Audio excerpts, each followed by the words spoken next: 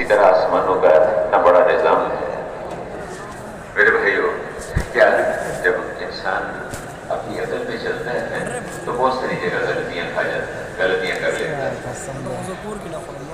کیا کہتے تھے، بہت بڑا ایک بگ بینگ ہوا تھا، بہت بڑا دھماکہ ہوا تھا. اس دھماکے کے ساتھ یہ کائنات وجود میں آ گئی، خود بہت بن گئی، خود بہت وجود میں آ گئی. آپ ذرا خود انصاف سے بتائیے کہ دھماکے سے چیزیں بگڑتی ہیں، بکھرتی ہیں یا منظم اور مرتب ہوتی ہیں؟ آپ سنیں کہ اتنا بڑا مرتب اور منظم اور اتنا شاندار نظام کس نے بنا دیا، کس نے پیدا کیا؟ ایک کوئی بگ بینگ وغیرہ نہیں ہے، ایک اللہ کی ذات ہے جس نے اس سارے نظام کو بنایا ہے. ایک کتاب ہے، کسی کے ہاتھ لگی، پرانی کتاب ہے، بڑی شاندار اس کی کہانی ہے، بہترین کہانی. پڑھنا شروع کرتا ہے اس کے اندر آدمی جذب ہو جاتا ہے. ناول ہے، بے شاندار قسم کی کہانی ہے، ایسی خوبصورت، آدمی حیران، پڑھتا جاتا ہے، پڑھتا جاتا ہے، پڑھتا جاتا ہے. حتیٰ کہ کہانی اس کی کتاب کے اچانک کتاب کے آخر میں وہ سے پہنچتا ہے تو آخری صفحے اس کے گم ہیں. جب کہانی شروع کی تھی تو اس کے ابتدائی صفحے بھی گم تھے، آخری صفحے بھی گم تھے. اب نہ سمجھ آتی ہے کہ شروع کہاں سے ہوئی ہے، بہت دلچسپ. اور نہ اس کا سمجھ آتی ہے کہ ختم کہاں ہو. یہاں بنی آدم سے اٹکا ہوا ہے، ساری انسانیت یہاں اٹکی ہوئی ہے. اس ساری کائنات کے نظام کیسے بنا، کس نے بنایا، اس کی منزل کیا ہے، اسے پہنچنا کہاں ہے، کچھ پتہ نہیں ہے. میرے بھائیو، جو اندھا جب اندھے کے پیچھے چلے گا، اگرچہ وہ آنکھوں والا ہے، یعنی جو اندھا اندھے کے پیچھے چلے گا وہ بھی گڑھوں میں گرے گا، اور آنکھوں والا اگر اندھوں کے پیچھے چلے گا تو کیا خیال ہے، وہ کامیاب ہوگا، وہ بھی گڑھوں میں گرے گا جا کے. تو سارا نظام دنیا میں جن کے اندر ایمان نہیں ہے، جن کے دل کے اندر روشنی نہیں ہے، ہدایت نہیں ہے، جب ان کی بنائی ہوئی نظاموں کے پیچھے چلیں گے تو پھر خود بھی نقصان اٹھائیں گے، اوروں کو بھی نقصان کا ذریعہ بنیں گے. دیکھیں، فرمایا اللہ نے فرمایا کہ آنکھیں اندھی نہیں ہوتی، دل جو سینوں میں وہ اندھے ہو جاتے ہیں.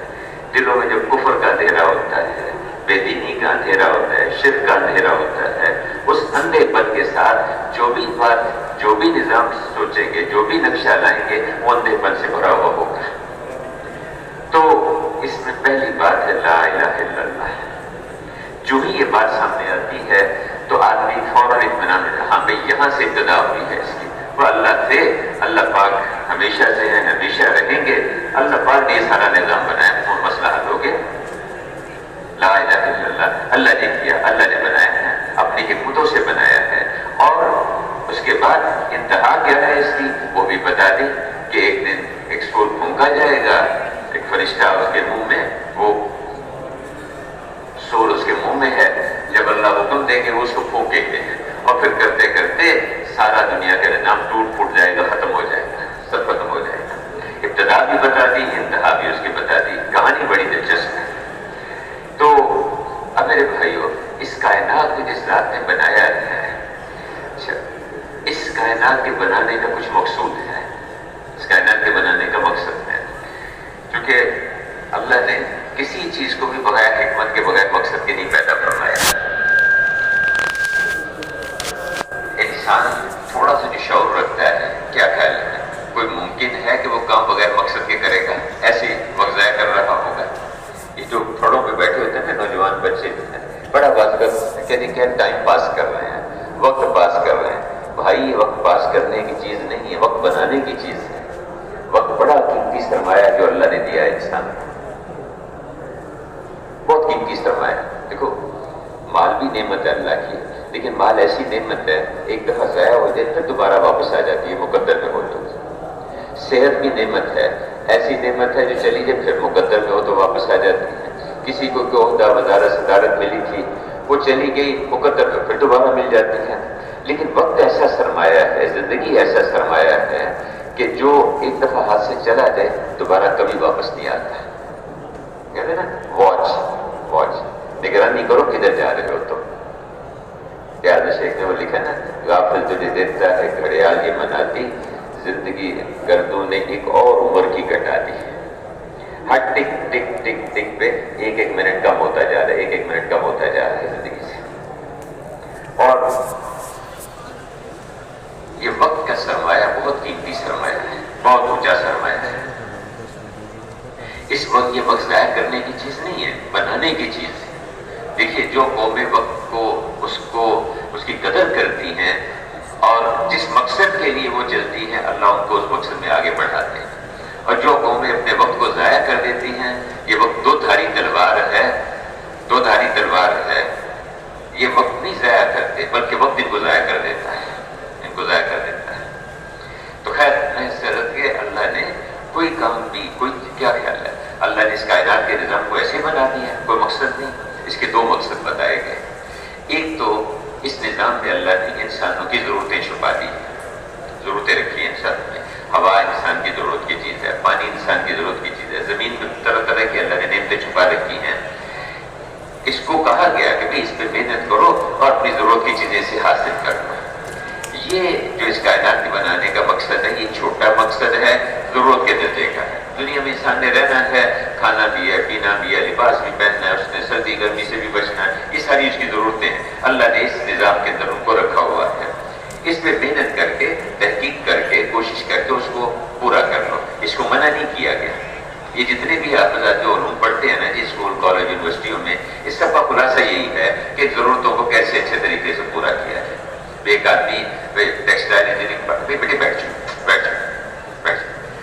ٹیکسٹائل انجینئرنگ میں ایک آدمی پڑھتا ہے، وہ کپڑا میرا کیسے اچھا بنے، لباس کیسے اچھا ملے لوگوں کو، اتنا ہی مقصود ہے نا جی اس کا. اسی طرح کہ آدمی فوڈ انڈسٹری میں کام کرتا ہے، کوئی کیمیکل انجینئر، حالانکہ بھی لوگوں کا کھانا اچھا ہو، معیاری ہو، اس پہ محنت کرتا ہے. ایسے ہی کوئی آدمی جوتوں کے اس میں کارخانے میں کام کرتا ہے، سواری کا گاڑیوں کی آٹو موبائل انجینئرنگ اس نے کر لی، اس میں پڑھتا ہے تاکہ لوگوں کا ایک جگہ سے دوسری جگہ جانا، یہ انسان کی ضرورتیں اور اچھے طریقے سے پوری ہو. 5 چیزیں انسان کی ضرورت ہے، بنیادی ضرورت. کھانا پینا، اس میں دوا دارو بھی آ جاتا ہے، لباس، رہائش، سواری اور نکاح، شادی. یہ 5 چیزیں انسان کی بنیادی ضرورتیں ہیں.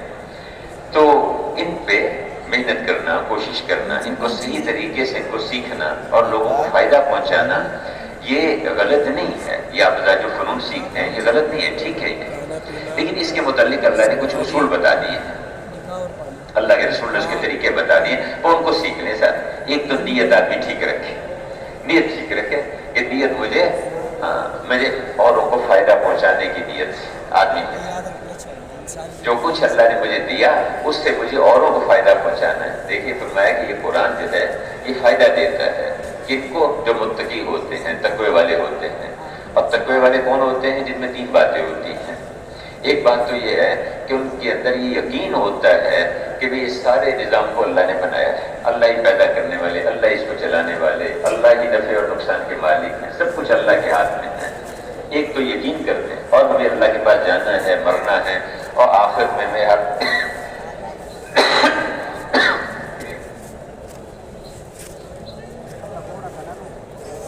عمل کا ہم نے حساب دینا ہے. 2 مائکرو کیمرے لگے ہوئے ہر ایک کے ساتھ. یہاں پر مائکرو کیمرے سمجھتے ہیں نا جی، 2 فرشتے لگے ہوئے ہر ایک کے ساتھ. آج تو سمجھنا بہت آسان ہے. اور ایک ریکارڈنگ ہو رہی ہے ہر ایک کی. اب یہ بالغ ہو گئے نا جی، 13-14 سال کے ہو گئے، 15 سال کے، ریکارڈنگ شروع ہو گئی پوری. بچپن میں تو اللہ بھی کہتے ہیں چلو بچے معصوم ہیں، چھوڑ دو ان کو. اب بلوغ کے بعد سے ساری ریکارڈنگ شروع ہو گئی. اور اس کے بعد قیامت کے دن، میں مثال کے طور پر سمجھانے کے لیے عرض کر رہا ہوں، باقی تو جو قرآن و حدیث میں جیسے بتایا کہ میں آج کے زمانے میں اس کو سمجھنا ان مثالوں سے ذرا آسان ہو گیا ہے. قیامت کے دن یہ سمجھے کہ بہت بڑی میگا اسکرین ہے، ساری انسانیت اس کے سامنے بیٹھی ہوئی ہے اور یہ مائکرو چپ اس کے اندر لگا دی گئی. اور اب آدمی کی ساری زندگی بلوغ سے لے کے موت تک، اقرا کتاب لے اپنا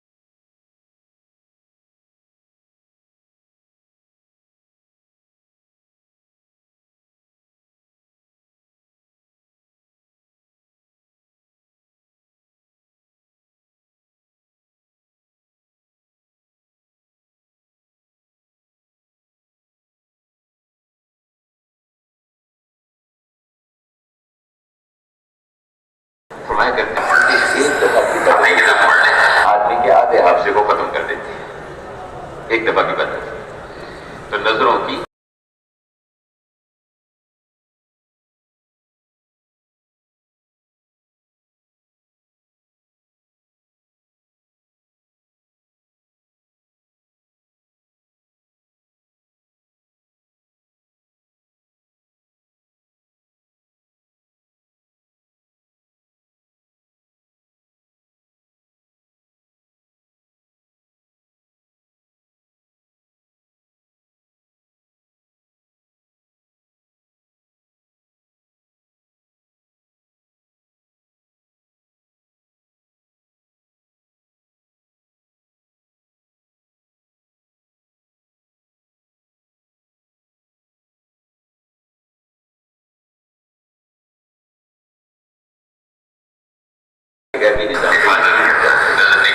اور دوسری نشانی کیا ہے کہ یقین کرتے ہیں کہ اللہ ہی پالنے والے، اللہ ہی نفع دینے والے، اللہ پاک کی عزت کے مالک، اللہ پاک کی ذلت سے حفاظت کرنے والے، اللہ کے ہاتھ میں سب کچھ، اللہ کے قبضے میں سب کچھ ہے، یقین کرتے ہیں۔ اور اس کے ساتھ ساتھ دوسری بات کیا ہے کہ نماز کے ذریعے، عبادت کے ذریعے اللہ کے خزانوں سے فائدہ اٹھاتے ہیں۔ یہ جتنی عبادات ہے نا جی، یہ کوئی بوجھ نہیں ہے، یہ اللہ نے اپنے خزانوں سے لینے کے راستے دیے ہیں ہمیں، کہ اللہ نے اپنے خزانوں سے لینے کے راستے بتائے ہیں۔ دیکھو اللہ کے تمہیں سب کچھ ملے گا، اللہ سے ملے گا، راستہ تمہیں بتا دیتے ہیں۔ حج اللہ سے لینے کا راستہ ہے۔ کیا فرمایا نشید سے آتا ہے کہ حج کرو مالدار ہو جاؤ، حج کرو غنی ہو جاؤ۔ ارے 10 لاکھ خرچ کیا، 10 لاکھ خرچ کیا، اللہ کے رسول کہتے ہیں حج کرو غنی ہو جاؤ گے، مالدار ہو جاؤ گے۔ بار بار کا حج اور بار بار عمرہ آدمی کو مالدار بنا دیتا ہے، غنی بنا دیتا ہے۔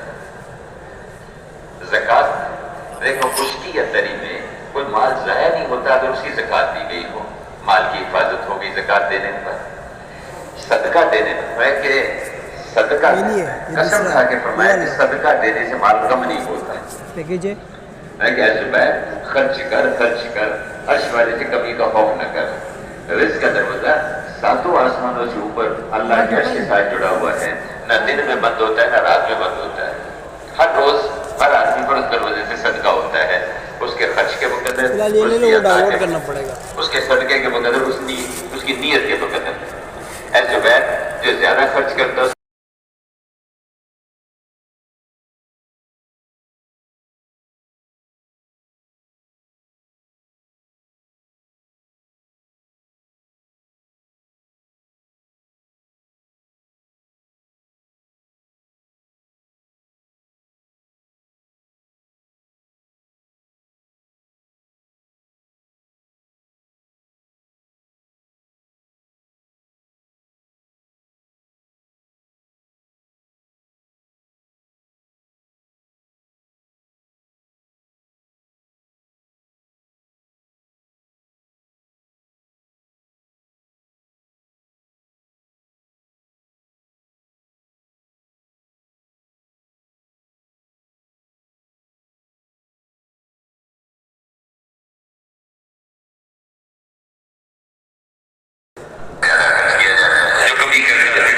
یہ بھی ذرا کوئی آپ تو سارے جوانوں کو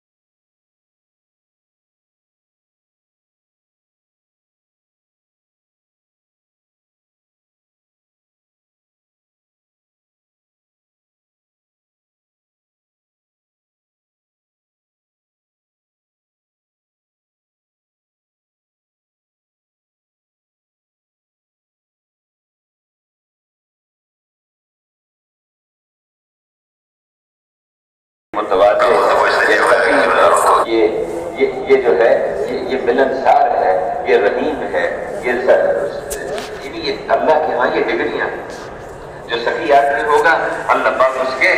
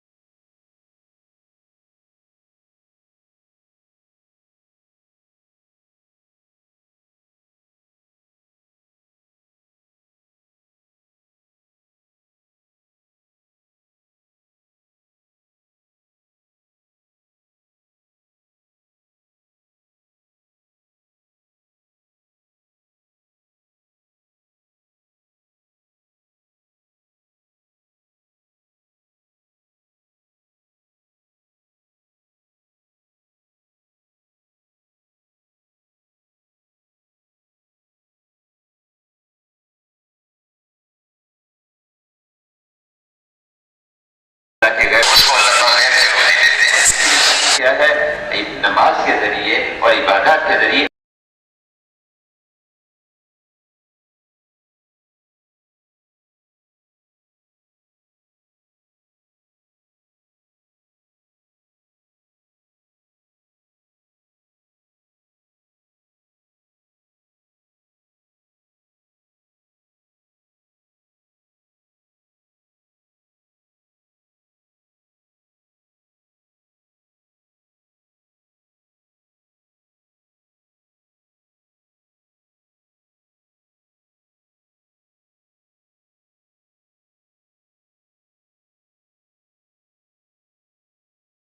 یہ اور فائدہ پہنچاتے ہیں. ان کو اللہ نے مال دیا، مال سے اوروں کو فائدہ پہنچاتے ہیں. ان کو اللہ نے وہ علم دیا، اس سے اوروں کو فائدہ پہنچاتے ہیں. ان کو اللہ نے فن سکھا دیا، کسی کو ڈاکٹری سکھا دی، اللہ نے سکھایا. کسی کو اللہ پاک نے وہ تعبیر کا فن سکھا دیا، کسی کو اللہ پاک نے کھیتی باڑی کا فن سکھا دیا. یہ اللہ نے سکھایا، یہ واسطے بن گئے لوگ. تو سکھانے والے، رب تربیت کرنے والے اللہ ہے. اس سے یہ یعنی ان فنون کو سیکھا انہوں نے اوروں کو فائدہ پہنچانے کی نیت سے. اب اس نیت کے بدل سے ہی اللہ پاک کی مدد ان کے ساتھ ہو جائے گی. تو اب میرے بھائیوں،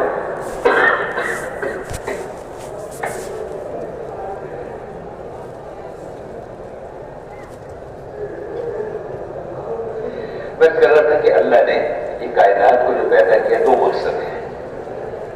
ایک مقصد یہ ہے کہ اس میں اللہ نے ضرورتیں رکھی ہیں.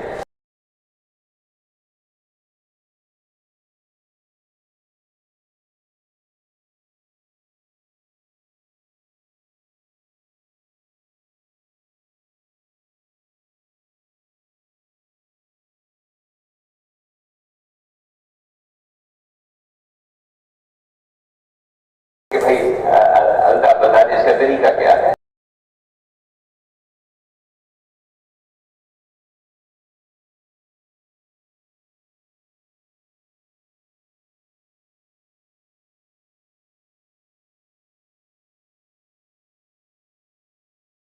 ٹھیک کر لیں اور طریقہ سیکھ لیں.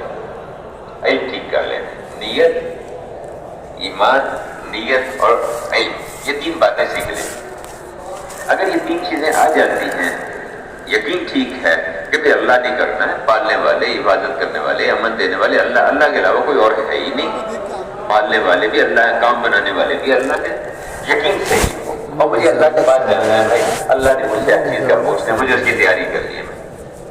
یقین اور طریقہ ٹھیک کرے. حضور والا طریقہ سیکھ لے، فضائل والا علم بھی سیکھے. بھئی سمجھ میں کیا مجھے ملے گا، اس پہ کیا ملے گا، کیا ملے گا. اور اس کے مسائل کا علم بھی سیکھے، اس کو علماء سے جا کے پوچھے. علم ٹھیک کرے. حضور کا طریقہ، حضور نے کیا طریقہ دیکھیں. کھانا کھانے کا ایک طریقہ آدمی جیسے چاہتا ہے کھا لے، جانور بھی کھاتے ہیں، پرندے بھی کھاتے ہیں. اور ایک طریقہ یہ کہ حضور نے کیسے کھانا کھانا بتایا، اس طرح کھا لے. کپڑا پہننا ہے ایک طریقہ، جیسے ماحول میں چل رہا ہے، جیسے چاہے پہن لے، جو سا کپڑا چاہے پہن لے. ایک ابھی میرے نبی نے کون سا طریقہ. اللہ اکبر. میں ایک دفعہ میں نے عصر کی نماز ایک مسجد میں پڑھی. تو نماز کے بعد 3-4 بچے تقریباً 10-12 سال کی عمر کے ہوں گے، وہ بھی نماز پڑھ کے نکلے. تو ایک بچے نے شلوار کرتا اور سر پہ ٹوپی پہنی، بڑا خوبصورت ہے، باقی بچوں کے جیسے ماحول میں ہیں. تو میں نے ان بچوں سے پوچھا کہ تم میں سے سب سے اچھے کپڑے کس کے ہیں. تو بچوں کی عادت ہوتی ہے، ہر بچہ کہتا ہے میری سب سے اچھی چیز ہے، سب نے کہا کہ میرے کپڑے سب سے اچھے ہیں۔ اچھا اس بچے سے میں نے پوچھا کہ تمہارے کپڑے سب سے اچھے کیوں ہیں، سب سے اچھے کیوں ہیں؟ اس بچے نے بڑا خوبصورت جواب دیا، میرے بڑے واقعی رشک آیا۔ اس نے کہا کہ حضرت محمد صلی اللہ علیہ وسلم ایسے کپڑے پہنتے تھے، میں اس لیے میرے کپڑے سب سے اچھے ہیں۔ ہر بچہ 10 سال کا بچہ ہے لیکن کتنا شاندار جواب دیا کہ میرے لیے حضور صلی اللہ علیہ وسلم ایسے کپڑے پہنتے تھے اس لیے میں ان کے طریقے پہ۔ تو میں یہ کہہ رہا ہوں کہ علم ٹھیک ہو جائے، یقین ٹھیک ہو، اللہ پاک سے ملے گا سب کچھ، اللہ پاک راضی ہو جائے میرے کام بن کے، اور آخرت مرنا تو ہے ہی، اللہ کے پاس جانا ہے، مزے ہو جائیں گے، بعد آخرت میں جائیں گے، اللہ پاک ہمیں کامیاب کریں گے۔ اللہ بہلول رحمۃ اللہ علیہ جا رہے تھے تو کوئی بچے کھیل رہے تھے، ایک بچہ ایک طرف بیٹھا رو رہا تھا، اس کے پاس چلے گئے اور کہنے لگے کہ بیٹا تو کیوں رو رہا ہے؟ اگر تیرے پاس کھیلنے کے لیے بادام اخروٹ وغیرہ نہیں ہے تو میں تجھے لے دیتا ہوں، رونے کی کیا بات ہے؟ اس نے سر اٹھایا، اس نے اللہ اکبر، انہوں نے کہا کہ چچا کیا اللہ نے ہمیں کھیل کود کے ہی پیدا کیا؟ اللہ اکبر، آج بڑے بڑوں کو یہ بات سمجھ نہیں آ رہی کہ کھیل، ایک گیند کے پیچھے ساری امت پاگل ہو گئی، ایک بلے کے پیچھے پوری امت پاگل ہو گئی۔ میرے یعنی ان کو وقت ضائع کرنے کی چیز تھوڑی، چلو وہ جو کھیلتے ہیں ان کو تو کوئی تھوڑا بہت مادی فائدہ ہو جاتا ہے، یہ دیکھنے والے ان کو کیا فائدہ ہوتا ہے؟ بس جب آدمی کی سمجھ جو ہے وہ کمزور ہو جاتی ہے، اس کو پتہ نہیں چلتا کہ کیا ہو رہا ہے اس کے ساتھ۔ تو ہاں کھیلتے تو کھیل ضرور کھیلنا چاہیے، اس کو منع نہیں ہے۔ آپ ذات نوجوان ہیں، ضرور آپ کو کچھ نہ کچھ ورزش، کچھ کھیل رکھنا چاہیے، لیکن اس میں چند باتیں ہم کا خیال رکھیں۔ ایک تو یہ کہ اس میں کوئی اللہ کی نافرمانی نہ ہو، کوئی شرعی اس کے اندر کوئی حکم نہ ٹوٹے۔ یہ علماء سے پوچھیں، میں سطر ہے، سطر پورا ڈھکا ہوا ہو، وہ کھیل کھیلنا کوئی ضروری ہے جس میں سطر آدمی کا ننگا ہو؟ اسی طرح نماز اس میں کوئی قضا نہ ہو، روزہ اس میں کسی کا قضا نہ ہو، اور اسی طرح سے وقت اس میں زیادہ نہ لگے۔ ہاں جسم کی ورزش، جسم کا ٹھیک ہونا یہ بھی ضروری ہے، جسم کا مضبوط ہونا۔ یہ جو ساری عمر میں کلینک میں بیٹھا تھا تو ایک بچہ 10 سال کا ہوگا، 10-12 سال کا، میں نے اسے کہا، نظر اس کی کمزور تھی، میں نے کہا بیٹا تم کوئی کھیل بھی کھیلتے ہو، گیم بھی کھیلتے ہو؟ میں نے کہا جی ہاں کھیلتا ہوں۔ میں نے کہا کون سے کہتے ہیں ویڈیو گیمز، کہتے ویڈیو گیم کھیلتے۔ اب وہ بیچارے جب بیٹھے رہیں گے تو ہڈیوں کو بھی زنگ لگے گا اور جوڑے بھی جو ہیں ان کے جواب دیں۔ چھوٹے چھوٹے بچے کہتی جوڑوں میں درد ہوتا ہے، کمر میں تکلیف ہو گئی، اللہ کے بندوں کو جسم کا استعمال ہوگا تو جسم ٹھیک ہوگا نا تمہارا۔ تو کھیل کود ہونا چاہیے، 1 گھنٹہ آدھا گھنٹہ روز آپ نکالیں اس کے لیے، لیکن اس میں ان باتوں کا خیال رکھیں، ان چیزوں کا خیال رکھتے ہوئے اس میں اللہ کی نافرمانی کوئی نہ ہو۔ پھر میرے بھائی اور بھی چیزیں علماء کرام سے پوچھ لیں جا کے، اس کو جسم کا صحت مند ہونا یہ بھی مطلوب ہے۔ حضور نے فرمایا جس کا مفہوم ہے کہ جو ضعیف ہے، جو یعنی طاقتور مومن ہے وہ اللہ کے نزدیک ضعیف مومن سے زیادہ پسندیدہ ہے، اگرچہ اجر دونوں کے لیے ہے۔ کیوں؟ یہ جو مضبوط طاقتور مومن ہے کسی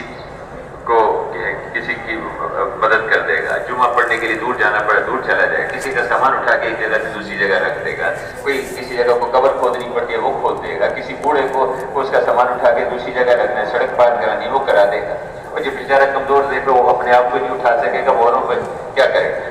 اس لیے جسم کا مضبوط ہونا اور یہ جسم امانت ہے، اس کو ضائع کرنے کی اجازت نہیں ہے، اس لیے خودکشی حرام ہے۔ تم اللہ کی امانت ہے تمہارے پاس رکھی گئی ہے، تم کون ہوتے اس کو ضائع کرنے والے؟ اس لیے وہ چیز اختیار کرنا جس سے جسم کو نقصان پہنچے کسی بھی لائن سے، اس کی اجازت نہیں ہے۔ ہاں مشقتیں آ جائیں، اللہ کے راستے میں چلتے ہوئے ان مشقتوں کا اپنا ایک اجر ہے، وہ الگ بات ہے۔ تو اس میں تو خیر کبھی جان بھی دینی پڑتی ہے، ہزار صحابہ کرام نے جانے قربان کی اس کے لیے۔ تو میں ایسا کر رہا تھا کہ وہ بچے نے کہا، بہلول سے کہا، یاد ہے نا وہ قصہ جہاں شروع کیا تھا ہم نے، بہلول نے اس نے کہا کہ چچا کیا اللہ نے ہمیں کھیلنے کے لیے پیدا کیا ہے؟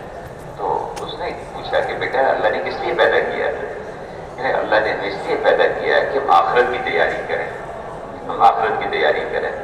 میں نے کہا کہ تو بیٹا تو رو کیوں رہا ہے؟ کہ میں رو اس لیے رہا ہوں کہ کہیں اللہ پاک مجھے جہنم کی آگ میں نہ ڈال دے، اس لیے رو رہا ہوں اس خوف سے. بہلول نے کہا کہ بیٹا اللہ نے تو وعدہ کر رکھا ہے کہ اللہ پاک کسی بچوں کو آگ میں نہیں ڈالے گا. چھوٹے چھوٹے بچے ہوتے ہیں، معصوم ہیں، تو آگ میں نہیں ڈالے گا. لیکن نہیں بہلول، میں دیکھتا ہوں کہ گھر میں میری ماں جب چولہے میں آگ جلاتی ہے تو چھوٹی چھوٹی چپٹیاں پہلے ڈالتی ہے، بعد میں بڑی لکڑیاں ڈالتی ہے. تو اللہ پاک بھی جب جہنم کی آگ لہکائیں تو پہلے کئی چھوٹے بچوں کو پہلے نہ ڈالے، بعد میں بڑوں کو ڈالے. اس لیے رو رہا ہوں اس طرح سے. آخرت کا خوف، آخرت کا استحضار. تو میں سمجھتا کہ یہ تین، علم ٹھیک ہو، ایمان ہو، علم ہو، یعنی حضور والا طریقہ، فضائل والا علم، اور اس کے ساتھ ساتھ نیت ٹھیک ہو. جو بھی جس کام کو بھی ہم کریں گے ان تین باتوں کا خیال رکھ کے کریں گے، یہ دین بن جائے گا ہمارا.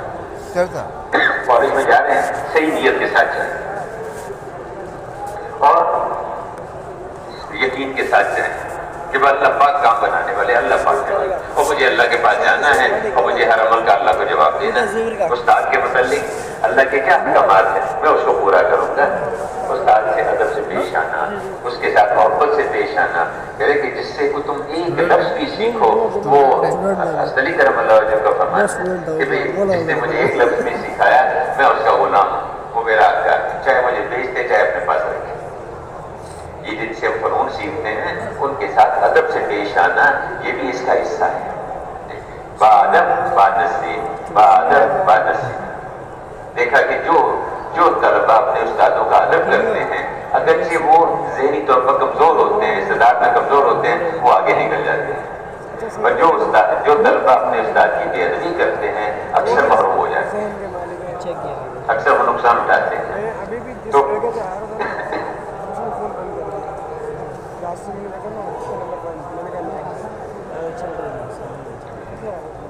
اسی طرح ہم جس ادارے میں ہیں وہاں کیسے ہم نے رہنا ہے اس کو ہم سیکھیں، اس کو یقین کے ساتھ اور حضور والا طریقہ. یہ جو ہڑتالیں، جلوس کرنا، نکالنا، یہ ہمارا طریقہ نہیں ہے.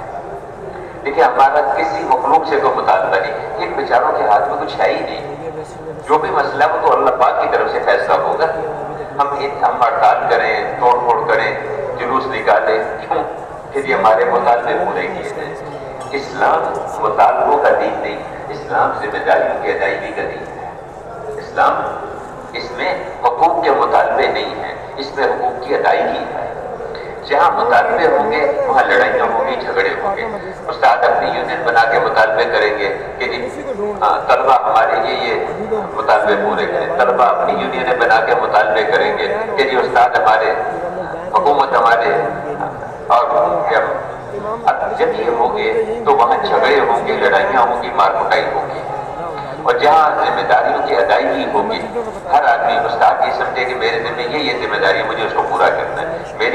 میرے شاگرد میری اولاد کی طرح سیکھیں اور مجھے اللہ کو ان کے بارے میں جواب دینا ہے. میری ذمہ داری ہے میں ان کو جو فن میرے پاس آتا ہے میں ان کو سکھاؤں. اسی طرح شاگردوں کی یہ ذمہ داری ہے کہ اپنے استاد کے ساتھ ادب سے پیش آئیں، احترام سے پیش آئیں، ان کے لیے دعا کریں. اللہ توفیق دے، اللہ کی رضا کے لیے. کبھی کبھار تو ان کو ہدیہ دے دیا، کوئی تسبیح دے دی، کوئی خوشبو دے دی، کوئی پھل ان کو دے دیا. ان کا ہمارے اوپر حق ہے، یہ ہمارے باپ کی جگہ ہے، استاد باپ کی جگہ ہے. تو استادوں کے متعلق کیا کہنا میرے بھائیوں، اب اس کو سامنے رکھیں. نیت ٹھیک ہو، طریقہ ٹھیک ہو، یقین ٹھیک ہو.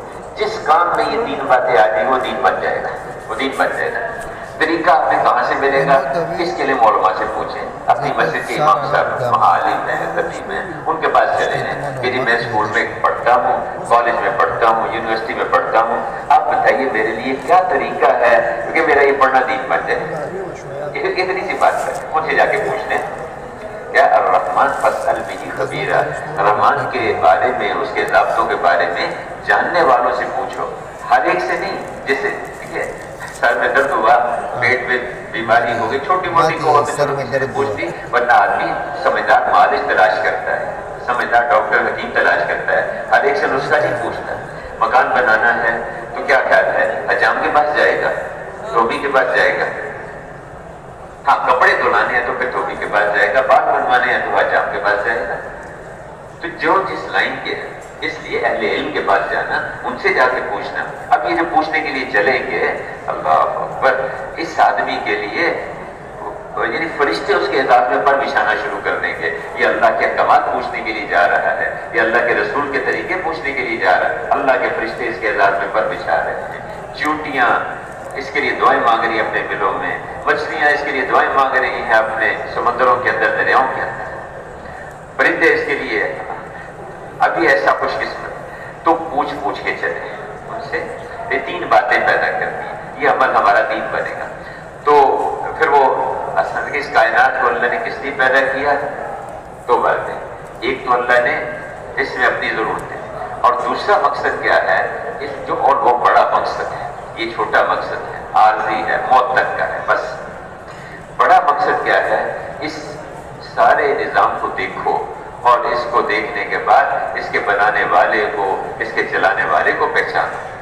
کون ہے جو سردی کو گرمی میں بدل دیتا ہے؟ کون ہے جو دن میں سے رات کو نکال کے لاتا ہے؟ کون ہے جو سورج کو مشرق سے طلوع کرتا ہے، مغرب میں غروب کرتا ہے؟ وہ کون ذات ہے جو دن کو رات کے اوپر، رات کو دن کے اوپر لپیٹ دیتی ہے؟ ایک دیہاتی حضور صلی اللہ علیہ وسلم کی مسجد میں آیا، اس نے نماز پڑھی، اس کے بعد دعا مانگی. جو دعا مانگی تو ذرا اونچے آواز میں مانگی. آپ نے اس کی دعا کو سنا، بہت خوش ہوئے. جب وہ جانے لگا تو آپ نے اس کو بلا لیا، اور بلا کے اسے کہا، اس کو کھجور کی گٹھلی کے برابر سونے کا ٹکڑا اس کو دیا کہ یہ لے لو. اور پوچھا کہ جانتے ہو میں نے تمہیں کیوں دیا؟ کہ یا رسول اللہ میں آپ کی برادری میں سے ہوں، اس لیے آپ نے مجھے یہ دیا. میں کہ وہ ٹھیک ہے، لیکن میں نے تمہیں اس لیے دیا ہے کہ تم نے اللہ کی تعریف بہت اچھے لفظوں میں کی. اللہ کی جانے، نہ تو اس کے پاس کوئی سی کام کی ڈگری تھی، نہ بی کام کا سرٹیفکیٹ تھا، نہ کوئی ایم بی اے کیا ہوا تھا اس نے، نہ اے سی اے کیا ہوا تھا، نہ جو ہے اس نے کوئی ایل ایل بی، نہ کچھ بھی نہیں تھا. بیچارہ سیدھا سادہ سا تھا.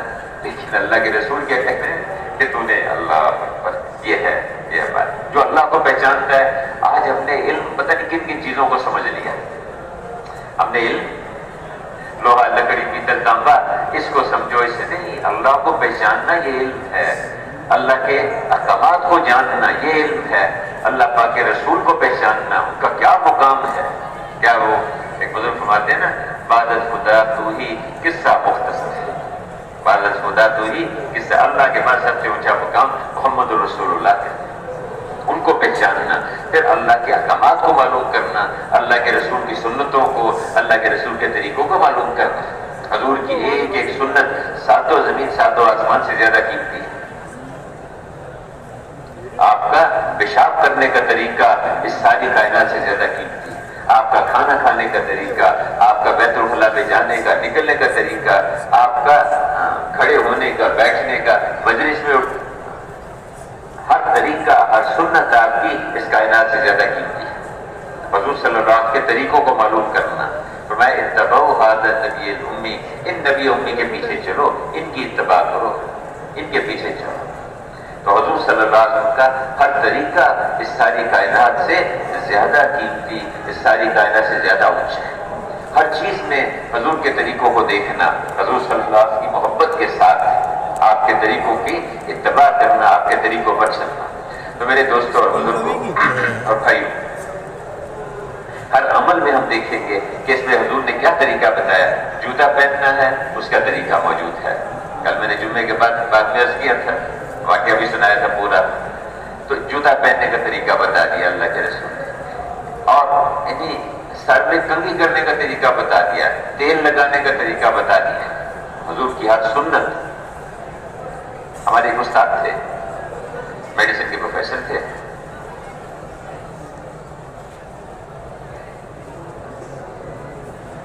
بھائی کیا بات ہے، یہ جو چلت پھرت ہو رہی کیا بات ہے، سمجھ نہیں آ رہی کچھ. کیا وجہ ہے یہ سارے بیچ میں جانے؟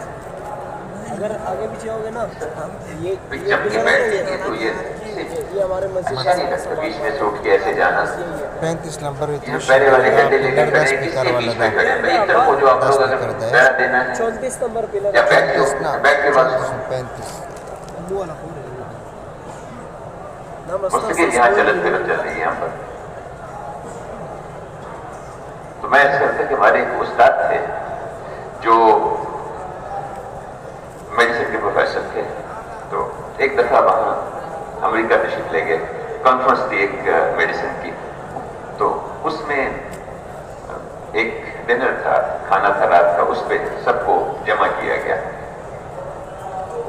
اس کھانے پہ بیٹھے تھے تو انہوں نے جو کھانا کھایا اپنی رکابی کو, اپنی پلیٹ کو بہت اچھی طرح صاف کر دیا, جو سنت طریقہ ہے.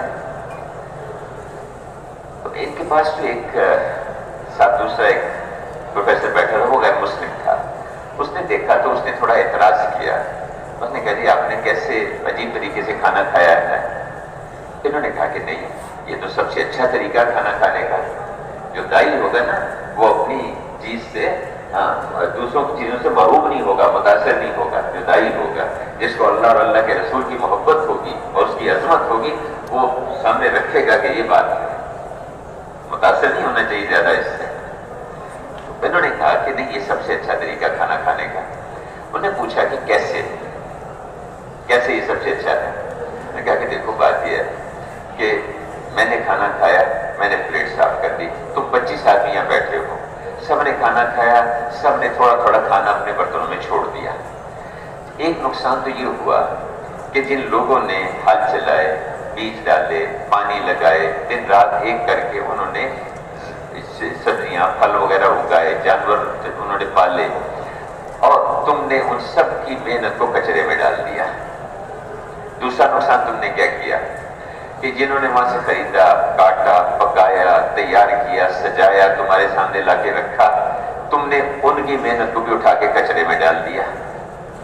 تیسرا نقصان تم نے یہ کیا, تیسرا نقصان کیا کیا تم نے کہ اگر اس کھانے کو ہم جمع کر لیتے, جو ضائع ہوا ہے اس سارے کو جمع کر لیتے, اور اس کو جمع کرنے کے بعد ہم کسی ایسے ملک میں بھجوا دیتے. ان دنوں بعض ملکوں میں قحط چل رہا تھا, یہ آج سے 40 سال پہلے کی بات کروں, افریقہ کے بعض ملک تھے, کہ اگر ان ملکوں میں ہم بھیج دیتے تو وہاں جو لوگ بھوک سے مر رہے ہیں ان کی بھوک کا انتظام ہو سکتا تھا. تم نے ان کے مارنے میں بھی حصہ ڈال دیا تم نے. پھر اگلی بات یہ ہے کہ اگر یہ برتن باورچی خانے میں رکھا جائے گا, فوراً تو نہیں دھلے گا نا جی, وقت لگتا ہے تھوڑا سا. برتن وہاں رکھے ہوئے ہیں, 4 گھنٹے 6 گھنٹے پڑے ہوئے ہیں, تو ان پر جو کیڑے مکوڑے آئیں گے تو بتاؤ تمہارے برتنوں پہ آئیں گے یا میرے برتن پہ؟ کیا کہ ہمارے برتنوں پہ. کہ اچھا ان کیڑے مکوڑوں سے جو بیماریاں پھیلے گی تو تمہارے برتن ذریعہ بنے گا میرا برتن؟ کہ ہمارے برتن. اچھا یہ بتاؤ کہ ان برتنوں کو صاف کرنے میں مشقت کس برتن پہ زیادہ لگے گی, تمہارے برتن پہ میرے برتن پہ؟ گرم پانی کس پہ زیادہ خرچ ہوگا, تمہارے برتن پہ میرے برتن پہ؟ اور ڈٹرجنٹ اور صابن کس پہ زیادہ خرچ ہوگا, تمہارے برتن پہ یا میرے برتن پہ؟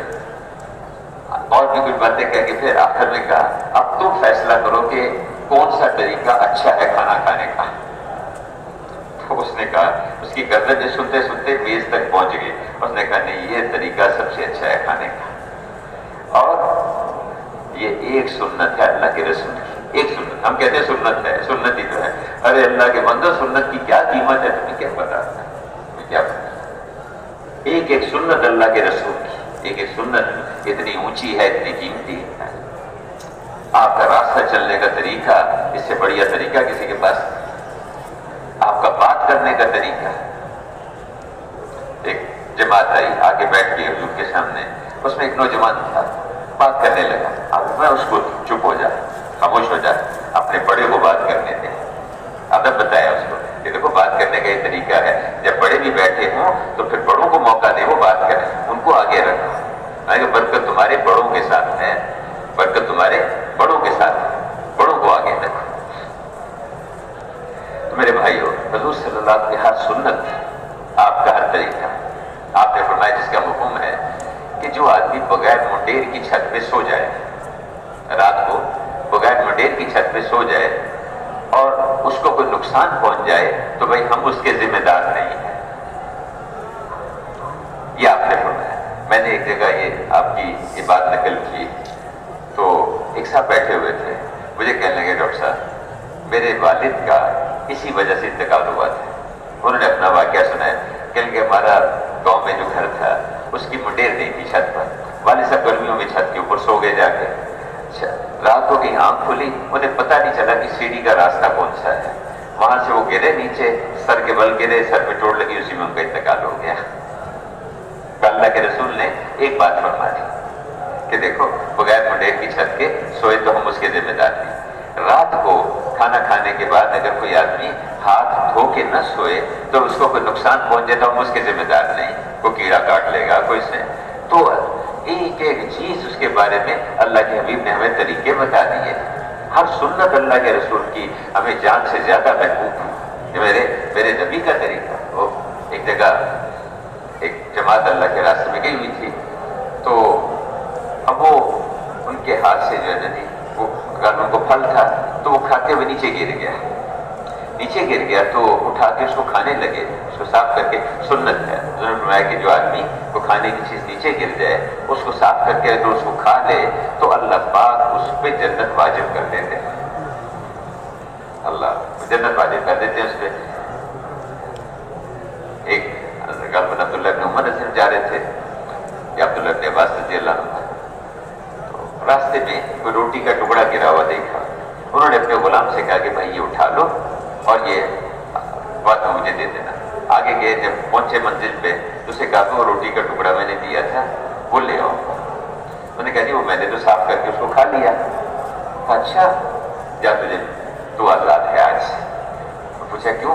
کہ اللہ کے رسول نے فرمایا کہ جو آدمی زمین پہ کوئی کھانے کا ٹکڑا گر جائے اس کو اٹھا کے صاف کر کے کھا لے تو اللہ اس کو جنت اس پہ واجب ہو جاتی ہے، اور میں جنتی کو غلام نہیں رکھ سکتا، جا تو آزاد ہے۔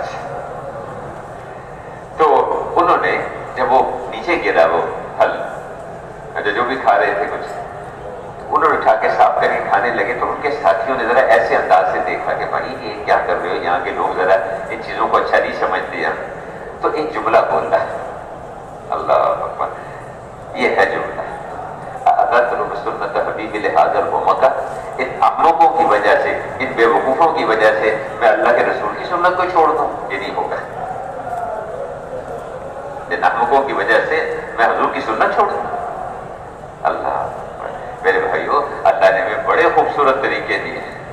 ہم نے میڈیسن کی کتاب پڑھی تھی، میڈیکل ایمرجنسیز، کہ اس میں جو ایمرجنسی میں جو مریض کو آ جاتا ہے تو ہر بیماری میں اس میں یہ لکھا ہوا کہ مریض آئے تو اس کے کپڑوں کو ڈھیلا کر دو، اس کے کپڑوں کو ڈھیلا کر دو۔ یہ پہلا قدم، اللہ کی شان ہے، اللہ کے رسول نے ہمیں صاف بتا دیا کہ لباس ایسا پہنو جس میں سطر نظر نہ آئے، یعنی اس کے جسم کی صاف نہ پتہ چلے، لباس ایسا پہنو، ڈھیلا ڈھالا کھلا لباس پہنو۔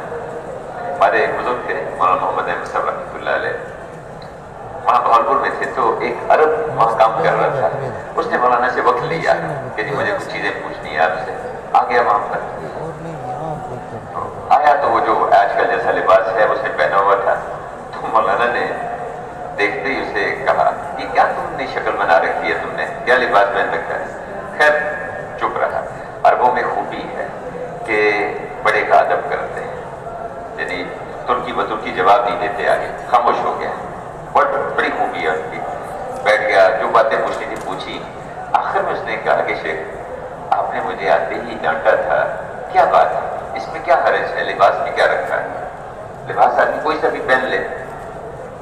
انہوں نے مولانا فرمایا کہ لباس اللہ نے تمہیں لباس الملوک اور لباس الملائک بنایا تھا، تم لباس الحمال پہن کے فخر کرتے، سمجھے؟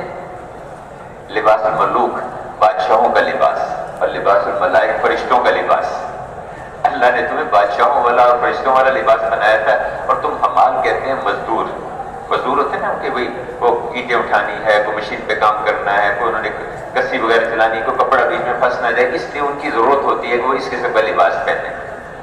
تو تمہیں اللہ نے لباس الملوک اور لباس الملائک فرشتوں کا اور بادشاہوں کا لباس بنایا تھا، اور تم جو ہے وہ مزدوروں کا لباس پہن کے اس پہ فخر کر رہے ہو، تو اپنی سمجھ کرو۔ خیر عرض کر رہے تھے کہ حضور کی ہر سنت ہے۔ ایک عدالت کے ایک چیف جسٹس سے، پرانی بات ہے 30-35-40 سال پہلے، ایک بڑے مفتی صاحب کے پاس بیٹھے تھے، کہنے لگے جی لباس سے کیا فرق پڑتا ہے، جون سا لباس چاہے آدمی پہن لے،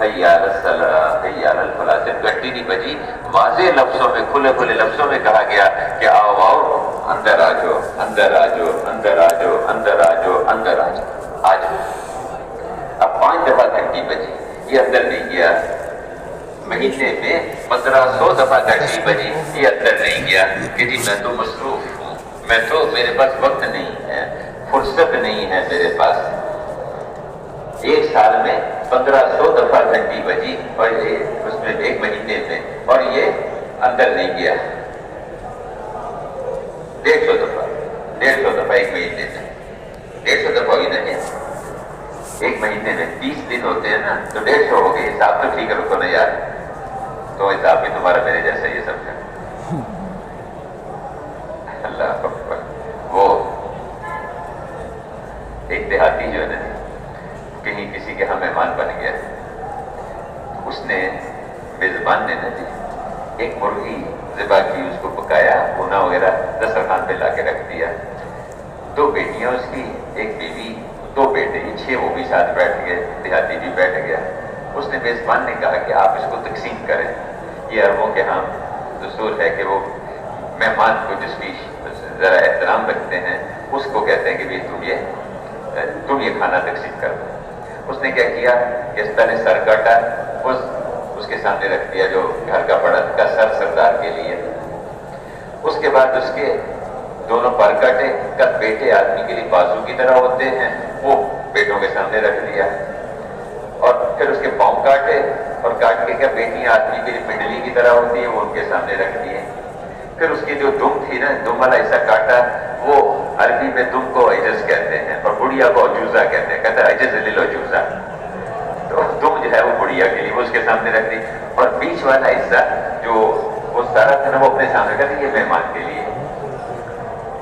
بڑا محسوس ہوا، تو اس نے اگلے دن کہا 5 مرغیاں اس نے ذبح کی، اور میں حساب کتاب کی بات کروں کہ حساب ٹھیک رکھنا چاہیے۔ اب تو سارا آپ لوگوں نے وہ بھی مشینوں میں ڈال دیا، 2 جمع 2 کرنا ہونا تو اس کے لیے بھی نکال لیں گے، ذرا کیا جی کیلکولیٹر دینا مجھے ذرا۔ دیکھو یہ مشینیں جتنی ہیں یہ آدمی کی اپنی صلاحیتوں کو ختم کر دیتی ہیں، اپنی استعدادیں ختم کر دیتی ہیں انسان کی۔ یعنی ہمارے بچپن میں ہمارے گھر میں ایک صاحب، اس میں گھر کا دوسرا کمرہ حصہ تھا، تو اس میں ایک صاحب رہتے تھے، ہمارے عزیز تھے، تو وہ کسی کمپنی میں فیکٹری میں وہ حصہ یعنی وہ اس کا حساب کرتے تھے اس کا۔ تو اب وہ رات کو رجسٹر لے کے بیٹھ جاتے تھے، اور میں دیکھتا قلموں کا یہاں لگا ہوتا تھا، ایسے اوپر سے جتنی رقمیں لکھی ہوتی تھی دیکھتے جاتے ہیں، کرتے ایسے قلم ایسے اوپر سے نہیں پھیرتے جاتے، اور نیچے اس کا ہاتھ سے جمع لکھ دیتے تھے، اگلا صفحہ نکالتا ایسے چلتے تھے۔ آج جو ہے جیسے کسی کو کہہ کے دیکھو، تو مشینیں سب اپنی استعدادوں کو کمزور کرتی ہیں، جتنا مشینوں کے بغیر کام کر سکتے ہیں کرنا چاہیے، ورنہ استعدادیں کمزور ہو جاتی ہیں۔ اگلے دن اس نے کیا کیا، 5 مرغیاں ذبح کی، اور سامنے لا کے دسترخوان پہ رکھی، سب بیٹھ گئے۔ میں نے کہا کہ اب ان کو تقسیم کرو۔ کہ اچھا کیسے کروں، پاک طریقے پر کروں یا جفت طریقے پر؟ پاک اور جفت سمجھتے ہو نا کیا مطلب ہوتا ہے؟ اب تو اللہ آپ لوگوں کو ہدایت دے، ان کے مطلب ہی بھول گئے جی۔ ایون جی آڈ، دیکھو کسی قوم کو اگر اس کے ماضی سے کاٹنا ہو تو اس کا آسان طریقہ ہوتا ہے اس کی زبان بدل دو۔ آپ کا ماضی ایسا شاندار ہے، کسی قوم کا ایسا شاندار ماضی نہیں ہے۔ 1000 سال تک آپ نے ساری دنیا کو لیڈ کیا ہے، ساری دنیا کو چلایا ہے آپ نے۔ کیا خیال ہے آج وہ قوم خالی ہاتھ ہو گئی؟ ہم اپنے ماضی سے کٹ گئے، تاریخ اپنی پڑھتے ہیں جو ادھر سے آتی ہے، انگریزی میں پڑھیں گے۔ اپنی کتابیں دیکھو، اپنے اوپر والوں کو دیکھو، آپ لوگ ہمارے بڑے کون تھے، اور کیا کیا ساری دنیا کو جنہوں نے چلایا ہے، اور ساری دنیا کو رہنے کے طریقے بتائے ہیں، زندگی گزارنے کے طریقے بتائے۔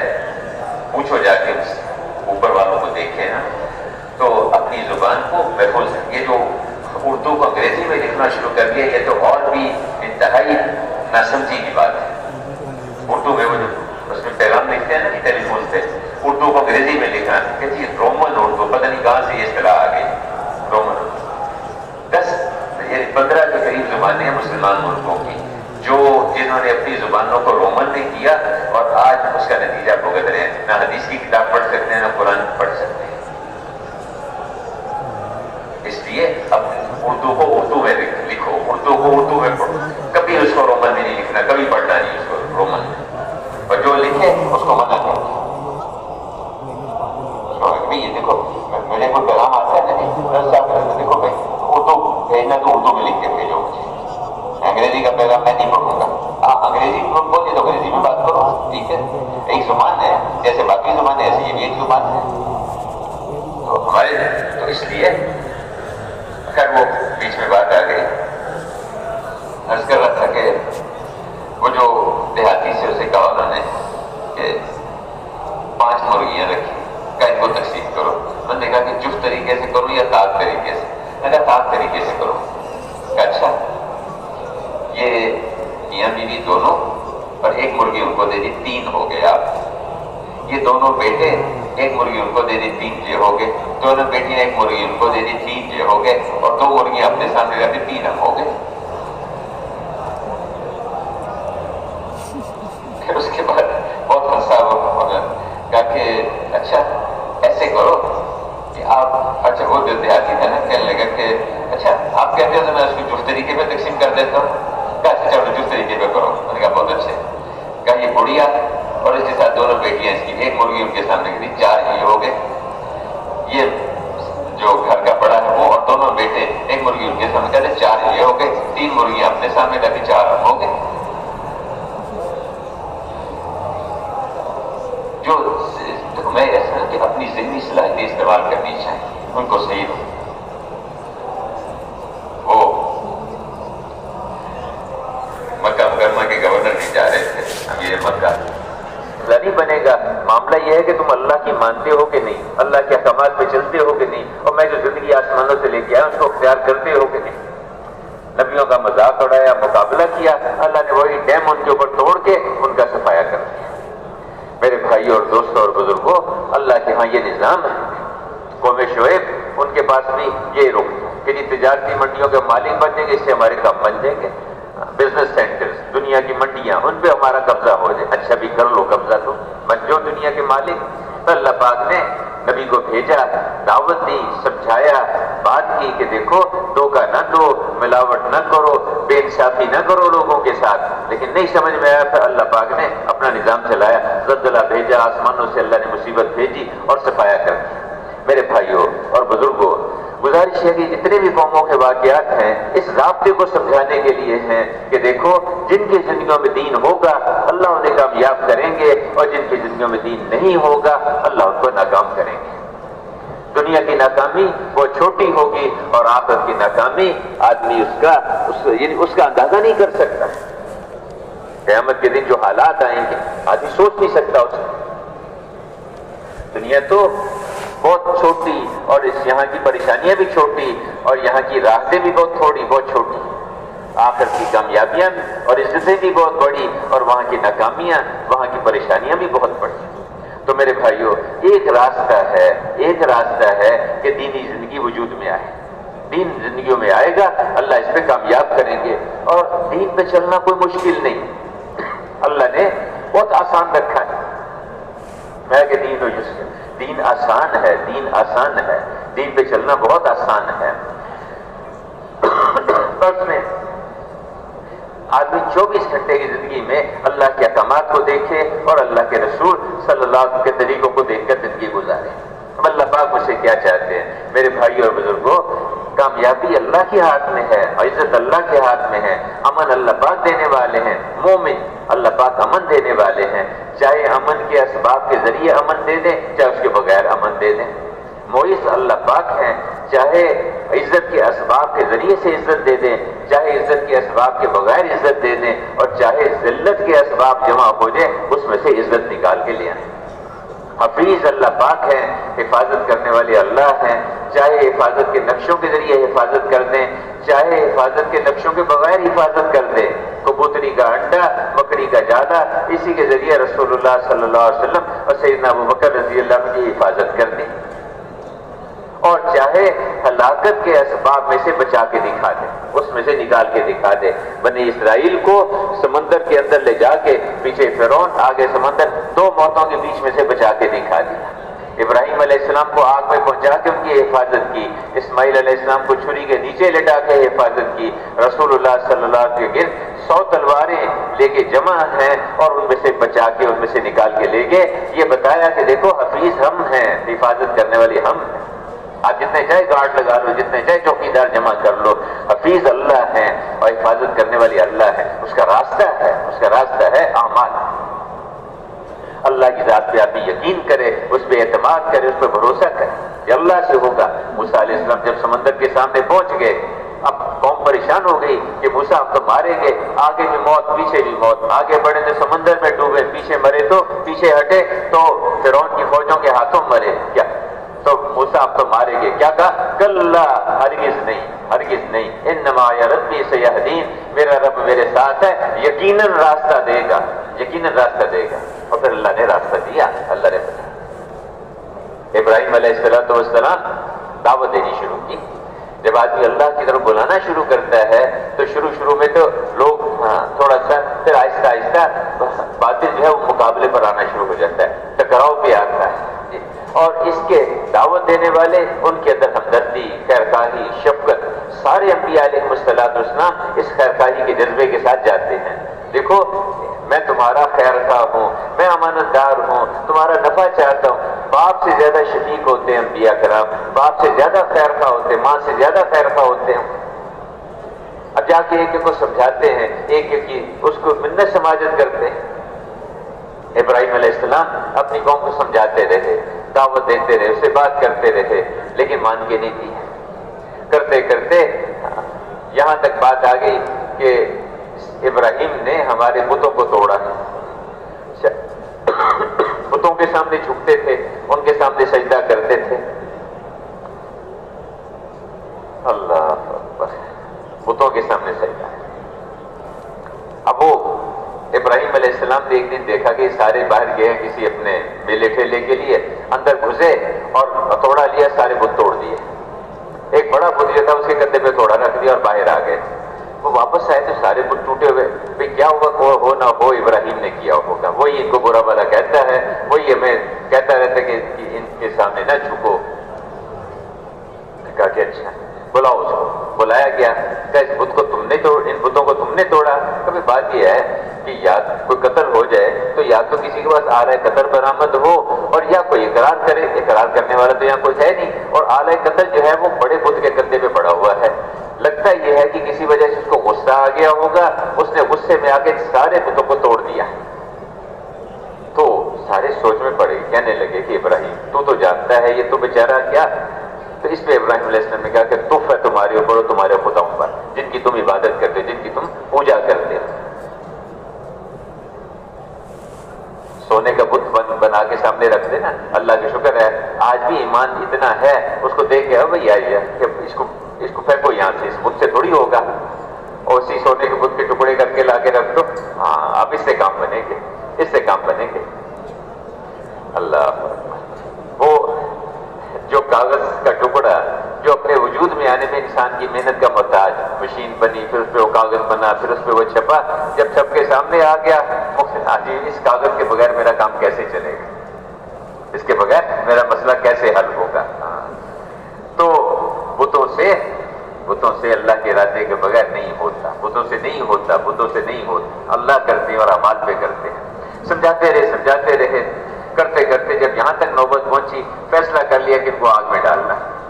ابراہیم علیہ السلام کو آگ میں زبردست آگ جلائی گئی اور منجنیق پہ لا کے بٹھا دیا گیا۔ سب نے طے کر لیا ہے کہ ابراہیم کو آگ میں پھینکنا ہے، حتیٰ کہ حکومت، وقت کی حکومت وہ بھی مقابلے پر ہے، پبلک بھی ساری مقابلے پر ہے، ماں اور باپ وہ بھی ساتھ نہیں، وہ بھی مخالف ہے۔ ایک آدمی بھی روئے زمین پر ساتھ دینے والا نہیں ہے۔ آسمانوں سے فرشتے آ گئے، آ کے عرض کیا کہ ابراہیم ہم آپ کی مدد کر دیں۔ پوچھا کیا کہ اللہ نے بھیجا ہے کہ نہیں؟ اللہ نے بھیجا نہیں ہے، لیکن یہ کہ ہم اللہ سے اجازت لے کے آئے ہیں، ہم الیک فلاح، مجھے مدد کی ضرورت ہے لیکن تمہاری مدد کی ضرورت نہیں ہے۔ جو نظام تائید میں آیا اس سے بھی اپنی نگاہ ہٹا لی، اور جو نظام مخالفت میں تھا اس سے بھی اپنی نگاہ ہٹا لی۔ یہاں بھی اللہ کا حکم چلتا ہے، اسی کی خدائی زمین پر چلتی ہے، اور اسی کا حکم آسمانوں میں، اسی کی خدائی آسمانوں میں ہے۔ نہ اس سے کچھ ہونے کا یقین، نہ اس سے خوف ہے، نہ اس سے کوئی امید۔ انی حسبی اللہ و نعم الوکیل، بس میرے لیے اللہ کافی ہے، وہ بہترین کام بنانے والا ہے، بہترین کام بنانے والا ہے۔ تو اللہ نے میرے بھائیوں حفاظت کر کے دکھائی آگ کے اندر، آگ میں اللہ نے بچا کے دکھایا۔ تو حفیظ اللہ پاک ہے، امن دینے والے اللہ ہیں، حالات کے بنانے والے اللہ ہیں۔ جتنے بھی حالات ہیں، چاہے کسی فرد کے حالات ہوں، چاہے کسی قوم کے حالات ہوں، چاہے کسی ملک کے حالات ہوں، ان حالات کا بننا اور حالات کا بگڑنا یہ آسمانوں سے فیصلے ہوتے ہیں۔ یہ چیزیں مہنگی ہو گئی، مہنگائی ہو گئی، اچھا بھائی یہ مہنگائی کس نے کی؟ فلاں حکومت نے کی، فلاں حکومت کی وجہ سے ہوا۔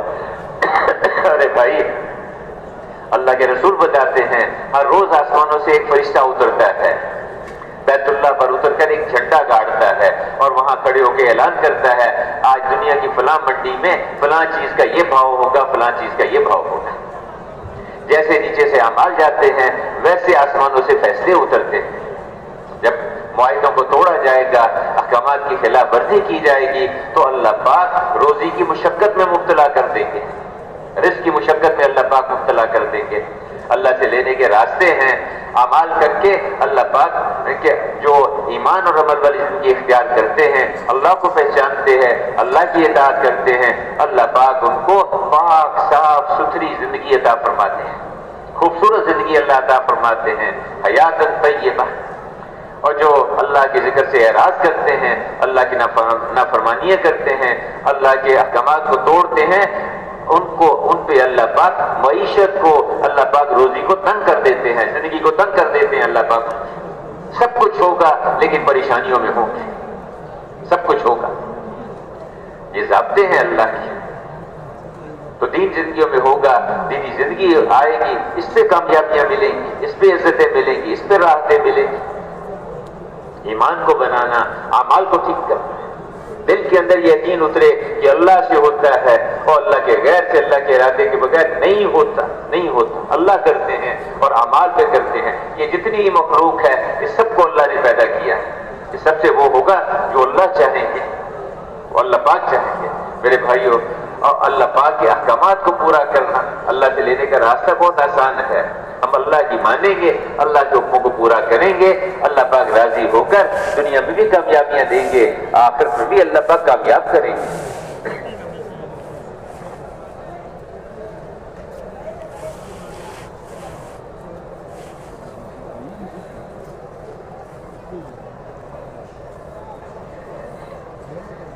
میرے محترم بزرگوں، اللہ کو راضی کرنا، اللہ پاک کی مان کے چلنا اور اللہ کے رسول کے طریقوں پر چلنا۔ حضور صلی اللہ علیہ وسلم کو اللہ پاک نے سارے عالم کے انسانوں کے لیے اور قیامت تک کے آنے والے انسانوں کے لیے نمونہ اور معیار بنا کر بھیجا ہے۔ حضور صلی اللہ علیہ وسلم کو اللہ نے وہ زندگی دی ہے جو سراسر ہدایت ہے اور سراسر کامیابی کا راستہ ہے۔ آپ کو وہ سنتیں دے کر بھیجا ہے جس میں اللہ نے کامیابیاں رکھی، عزتیں رکھی ہیں۔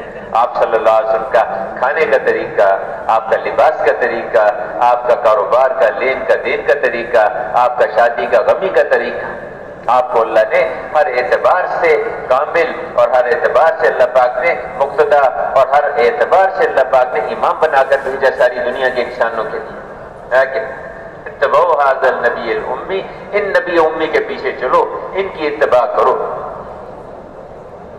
جو اللہ کے رسول کے پیچھے چلیں گے اللہ پاک ان کو کامیابیاں دیں گے۔ حضرات صحابہ کرام نے اس کو سامنے رکھا، ہمیں اللہ کی ماننی ہے، اللہ کے رسول کی ماننی ہے، اللہ پر اعتماد کرنا ہے، اللہ کے رسول کی بات پر یقین کرنا ہے۔ آپ نے ایک گھوڑے کا سودا کیا ایک آدمی کے ساتھ، معاملہ طے ہو گیا کہ بھی اتنے میں یہ گھوڑا جو ہے ٹھیک ہے، آپ نے خرید لیا اس سے کہا کہ بھی تم میرے ساتھ چلو، میں تمہیں گھر سے رقم دے دیتا ہوں۔ چلے تو جب وہ آپ جا رہے تھے تو وہ پیچھے پیچھے آ رہا تھا، پیچھے بعض اور لوگوں نے قیمت پوچھی اور تھوڑی سی قیمت زیادہ لگا دی اس کو، کہ اس کی قیمت اتنے میں دے دو، اتنے میں دے دو۔ اس نے پیچھے سے آواز دی حضور کو کہ جی آپ گھوڑا خریدنا تو آپ خرید لیں ورنہ میں اس کو بیچنے لگا ہوں۔ آپ نے کہا بھائی سودا تو ہمارا ہو چکا، بات ہو چکی ہے، معاملہ ہمارا طے ہو گیا ہوا ہے۔ جب آدمی ایک دفعہ سودا کر لے تو اس کے بعد پیچھے ہٹنا ٹھیک نہیں ہے۔ تو معاملہ طے ہو گیا ہوا ہمارا، میں تو تمہیں قیمت رقم دینے کے لیے ساتھ لے کے جا رہا ہوں، نہیں کوئی سودا طے نہیں ہوا۔ اس نے انکار کر دیا۔ اتنے میں بات تھوڑی سی بڑی تو ایک صحابی وہاں کھڑے تھے پاس، وہ آگے دیکھا انہوں نے تو اس نے دیہاتی نے کہا، وہ جو گھوڑے کا جو مالک تھا اس نے کہا کہ آپ کے پاس کوئی گواہ ہے تو لائیے ورنہ جو ہے میں اس گھوڑے کو بیچنے لگا ہوں دوسری جگہ۔ تو آپ اسی میں تھے تو وہ صحابی آگے بڑھے، انہوں نے کہا میں گواہ ہوں ان کا، میں گواہ ہوں کہ حضور نے یہ گھوڑا جو ہے وہ خریدا ہے اور تم نے بیچا ہے اور اتنے میں بیچا۔ وہ جب اس نے دیکھا کہ ان کا تو گواہ بھی موجود ہے وہ چھوڑ کے تو چلا گیا۔ آپ نے ان سے پوچھا کہ تم نے گواہی کیسے دی جبکہ تم وہاں موجود نہیں تھے؟ میں نے کہا کہ یا رسول اللہ ہم تو آپ پر غیب کی خبریں جو آپ ہمیں دے رہے ہیں ہم اس پہ ایمان لائے ہیں، یہ تو آپ میرے سامنے خود فرما رہے ہیں کہ گھوڑا میں خرید سکوں تو میں اس پہ کیوں نہیں مانوں؟ تو اس میں آپ نے فرمایا کہ آئندہ کے لیے ان کی گواہی جو ہے وہ 2 آدمیوں کے برابر ہوگی۔ تو اللہ کے رسول کی بات پر یقین کرنا، جو اللہ کے رسول نے ضابطے بتائے ہیں، جو انہوں نے اصول بتائے، کیونکہ اللہ کے حبیب کچھ بھی اپنی طرف سے نہیں کہتے، وہی کچھ کہتے ہیں جو اللہ پاک ان کو بتاتے ہیں۔ اللہ کے رسول نے ضابطے بتائے ہیں زندگی گزارنے کی۔ جن قوموں کے اعمال اچھے ہوں گے اللہ ان کے اوپر اچھے حالات لے کے آئیں گے، اگر بستیوں کے لوگ ایمان اور تقوی کو اختیار کر لیں تو اللہ پاک ان کے حالات کو اچھا کر دیں گے، آسمانوں سے اللہ پاک کی طرف سے برکتیں اتریں گی، زمین سے برکتیں نکلیں گی۔ جس قوم کے اندر اچھے اعمال آئیں گے، افراد کے اچھے اعمال ہوں گے، اللہ پاک ان کے حالات کو اچھا کریں گے۔ جو دوسروں کو معاف کرتا ہے اللہ پاک اس کی عزت کو بڑھا دیتا ہے، جو اوروں پہ خرچ کرتا ہے اللہ پاک اس کے مال کو بڑھا دیتا ہے۔ اللہ کے دینے کے راستے ہیں، جو رشتہ داروں کے ساتھ اچھا سلوک کرتا ہے اللہ پاک اس کی عمر کو بھی لمبا کرتا ہے، اللہ اس کے مال کو بھی زیادہ غنی بنے گا، اس کے ذریعے سے مسجدیں بن گئی۔ وہ ایک نوجوان ایک چلے کے لیے گیا، ایک ہمارے اب تو بزرگ ہمارے بڑے ہیں، آج سے 50 سال پہلے جس کو ہم پوچھ کے گئے ایک ملک کے اندر فرانس میں گئے پڑھنے کے لیے، حضرت سے پوچھا بڑوں سے پوچھ کے چلنا، اپنی مسجد کے بڑے ان سے مشورہ کرنا، اپنے مرکز کے بڑے ان سے پوچھ کے چلنا۔ تو ان کا چلہ لگا ہوا تھا، حضرت سے پوچھا کہ میرا اسکالرشپ آیا ہے تو میں پڑھنے کے لیے جاؤں کہ نہ جاؤں؟ میری تو طبیعت نہیں ہے جانے۔ حضرت فرمایا نہیں ضرور جاؤ، ضرور جاؤ، اور نیت ٹھیک کرو۔ 3-4 باتیں ان کو کہی انہوں نے کہ ایک تو یہ نیت یہ کرو کہ تم وہاں تبلیغ کے لیے جا رہے ہو، دوسرا یہ ہے کہ جو پڑھائی کا وقت پڑھائی کو دو، جو اپنی کھانے پینے کا وقت ہے اس کو دو، اور جو باقی وقت ہے وہ تبلیغ کو دو، گشت کرو، تعلیم کے حلقے میں بیٹھو اور ان کو بٹھاؤ۔ تیسرا یہ کہ نماز جماعت کے ساتھ پڑھنے کی کوشش کرو، مسجد مل جائے، مسجد نہ ملے تو اذان دے کے نماز پڑھ لیا کرو۔ یہ 2-3 باتیں انہوں نے کہہ دی۔ جب گئے تو ایک مسجد نہیں تھی وہاں پر، اور ایک مسجد ایسی تھی کہ جو صرف اس لیے رکھی ہوئی تھی کہ کوئی عبادت اس میں نہیں ہوتی تھی، تو مسلمانوں کی مسجد اس طرح کی ہوتی ہے وہ اس لیے رکھی ہوئی تھی۔ خیر کرتے کا لمبا واقعہ ہے، اس وقت اسی جگہ پر 4-5 ہزار مسجد بن گئی، اور تو وہاں کے لوگ کہتے ہیں فاتح جاؤ ضرور جاؤ، لیکن اس نیت سے جانا۔ تو میں صدر کے اپنی صلاحیت سے ڈالے ہم امت کے لیے استعمال کریں۔ اور میرے بھائیوں بس اسی درخواست ہے آپ حضرات سے کہ ہم اپنی حیثیت پہچانیں، ہم مسلمان ہیں، اللہ نے ہمیں ایک زندگی دی ہے، اقوام عالم کو زندگی پہ لانا ہماری ذمہ داری ہے۔ ہم تو اس کی دعوت دیں دنیا بھر کو کہ آؤ اگر تم بچنا چاہتے ہو تو اس زندگی کو اختیار کرو، ورنہ تم دنیا میں بھی پریشانی آئیں گی، آخرت میں بھی پریشانی آئیں گی۔ اور اس وقت سچی بات یہ ہے کہ انسانیت ایسی جگہ پہ پہنچ گئی ہے اب کسی کے پاس کو راستہ ہی نظر نہیں آ رہا۔ ہر جگہ پر پریشانیوں کے حالات بنے ہوئے ہیں، ہر جگہ پریشانیوں کی شکلیں بنی ہوئی ہیں، شکلیں مختلف ہیں لیکن پریشانیاں ہر جگہ ہیں۔ تفصیل کا موقع نہیں ہوتا، کبھی موقع ملے گا تو ہر ملک ہر جگہ پر یہ ہے، راستہ آپ کے پاس موجود ہے، ایک راستہ۔ دیکھو یہ جو ہے نا فضائل اعمال پڑھتے ہیں نا کہ آپ مسجد کی تعلیم میں روزانہ اس میں شریک ہونا چاہیے. اور اس میں ایک حصہ ہے مسلمانوں کی موجودہ بستی کا کیا ہے واحد علاج. یہ نہیں کہا مسلمانوں کی موجودہ بستی کا ایک علاج, یہ مولانا صاحب نے خود لکھوایا تھا. مسلمانوں کی موجودہ بستی کا واحد علاج, واحد علاج, واحد علاج, ایک ہی علاج اور کوئی نہیں ہے. کیا ہے کہ مسلمان دینی زندگی پر آئے, اور دینی زندگی پر آئے گا اس کے لیے محنت ضروری ہے, حضور والے طریقے پر محنت ہونا ضروری ہے. اس سے دینی زندگی وجود میں آئے گی, دین وجود میں آئے گا. اس پہ اللہ پاک ان کی ساری پریشانیوں کو دور کریں گے, سارے مسئلوں کو حل کریں گے, اور اللہ پاک ان کی وجہ سے پوری دنیا کے اندر ان کے رخ کو پلٹیں گے. ایک ہی راستہ, ایک ہی طریقہ ہے. اس لیے ہم مسئلوں کے اعمال کے ساتھ جڑیں, اور اس کے ساتھ بیٹھ کر کے پڑھائی کو بھی ٹھیک کرنا, اور اپنے روزانہ جتنے بھی طلبہ ہیں ان سے درخواست ہے کہ اثر سے مغرب کا وقت دیں, مسجد کے اعمال کو اثر سے مغرب کا وقت دیں. یا اس کے برابر 1 گھنٹہ تقریباً بنتا ہے, یا مغرب کے بعد دے دیا کریں, یا عشاء کے بعد دے دیں. پڑھائی سے جب تو 1 گھنٹہ آپ مدارس کو دے دیا کریں. تو روزانہ 1 گھنٹہ دینا.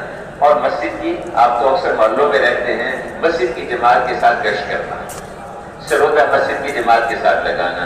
غربا کی مسجد جو ہاسٹلوں میں رہنے والے ہیں ان سے بھی درخواست کرتے ہیں کہ غربا کی بستیوں میں اپنا بیرونی گشت رکھیں. ہاں کبھی کبھی جو ہے وہ اپنے کسی دوسرے تعلیمی ادارے میں بھی گشت کے لیے چلے جایا کریں, اور اپنی کارگزاری مرکز والوں کو کبھی کبھی سنا دیا کریں اپنے ادارے والے. اور چھٹیوں میں چلہ لگائیں, چھٹیوں میں چلہ. اور جب تعلیم سے فارغ ہوں تو پھر 4 مہینے لگانے, پڑھائی سے فارغ ہوں تو 4 مہینے لگانے اللہ کے راستے میں. اور میرے بھائیوں, روزانہ جب گھر سے جائیں, اپنے کالج کو جائیں تو اتنا کام کر لیا کریں. جانے سے پہلے مسجد میں آ جائیں, 2 رکعت نماز پڑھیں, اللہ سے دعا مانگے کہ اللہ میں جا رہا ہوں, تو مجھ سے وہ دین کا کام لے لے. بس جہاں موقع ملے کسی کو دعوت دے دیں, کسی کو ایمان کی بات کر لیں, آخرت کی بات کر لیں. اسی طرح جب واپس آئیں تو سیدھے گھر جانے کی بجائے مسجد میں آ جائیں, 2 رکعت نماز پڑھیں, اور اس کے اللہ سے دعا مانگے. وہ ساتھی ہیں ان کو تھوڑی کارگزاری دن کی سنا دیں کہ آج میری 2 آدمیوں سے ملاقات ہوئی تھی, ان سے میں نے یہ بات کی. بس جاتے ہوئے مسجد کو بیچ میں لے لیں, آتے ہوئے بھی مسجد کو بیچ میں لے لیں. اب جو مسجد کا عادی ہوگا نا جی, میں صبح بھی عرض کیا تھا, جو مسجد کا عادی ہوگا, اللہ میں جس کو مسجد کا عادی دیکھو اس کے ایماندار ہونے کی گواہی دو, یہ ہے ایمان والا. اور جو مسجدوں میں کثرت سے رہتے ہیں, اللہ پاک کے فرشتے ان کے ہم نشین ہو جاتے ہیں. کسی کام کو نکلتے ہیں, آپ پڑھائی کو جا رہے ہیں, فرشتے مدد کریں گے. بیمار ہو جاتے ہیں, فرشتے ان کی عیادت کرتے ہیں. جو مسجد میں آ گیا وہ اللہ کی ذمہ داری میں آ گیا, اللہ کی ذمہ داری میں آ گیا. تو مسجدوں کو اہتمام سے 5 نمازیں اور روزانہ کا وقت, اس کے ساتھ ساتھ اپنا مقامی گشت, بیرونی گشت, اس کا اہتمام کرنا. اور سروزہ ہر مہینے پابندی سے 72 گھنٹے کا سروزہ کوشش کریں لگانے کی.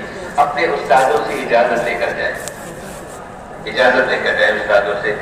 اب وہ استاد اگر اجازت دے دے بہت اچھا, اگر وہ کہتا ہے یہ اسباب ذرا زیادہ اہم ہیں, یہ لیکچر ضروری ہے, تو بیچ میں اپنے امیر سے اجازت لے کر آ جائے, وہ سبق پڑھ کے پھر واپس چلے جائیں.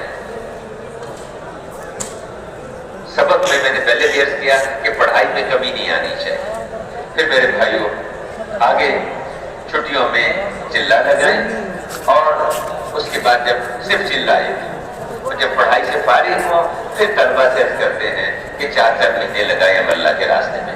اور پھر 4 مہینے لگا کے ساری دنیا کو جا کے پلٹنا, ساری دنیا کو پلٹنا. اور پوری دنیا اس وقت پیاسی ہے آپ بازار کے قدموں, جیسے طارق بن زیاد نے, قتیبہ بن مسلم نے, اور موسیٰ بن نصیر نے, محمد بن قاسم نے, ساری دنیا کو پلٹا.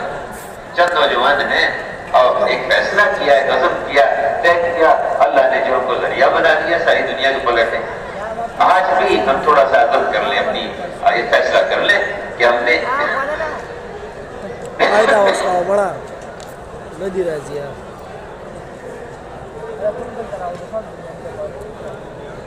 ہمیں ایک عزم کریں, ہمیں ساری دنیا کو اللہ کے سامنے جھکانا ہے. انشاءاللہ کیا جو دائی ہوگا نا, اللہ کی مدد اس کے ساتھ ہوگی. اللہ نے موسیٰ علیہ السلام سے کیا کہا, جب فرعون کے پاس جا رہے تھے کہ دیکھو ہارون علیہ السلام دونوں سے کہا اننی معکما، دیکھو میں تم دونوں کے ساتھ ہوں، میں تم دونوں کے ساتھ ہوں، تم دونوں کے ساتھ ہوں، اننی معکما، میں یقیناً یقیناً یقیناً میں تم دونوں کے ساتھ ہوں۔ اللہ ہمارے ساتھ ہو۔ ہم اس دعوت کو لے کے دنیا میں پھریں، ساری دنیا میں جانے کی نیت کریں۔ نیت تو ہم ابھی سے کر لیں کہ ہم نے انشاءاللہ ساری دنیا کو جانا ہے، دنیا لینے کے لیے نہیں جانا، دنیا کو پلٹنے کے لیے جانا ہے، اللہ کے سامنے جھکانے کے لیے جانا ہے۔ بتاؤ اس کے لیے کون کون تیار ہے آپ میں سے ساری دنیا میں جانے کے لیے؟ ماشاءاللہ سب تیار ہے۔ دیکھو یہ اس وقت کا نیت کرنا، ارادہ کرنا اللہ اور آپ کے بیچ کا ہے۔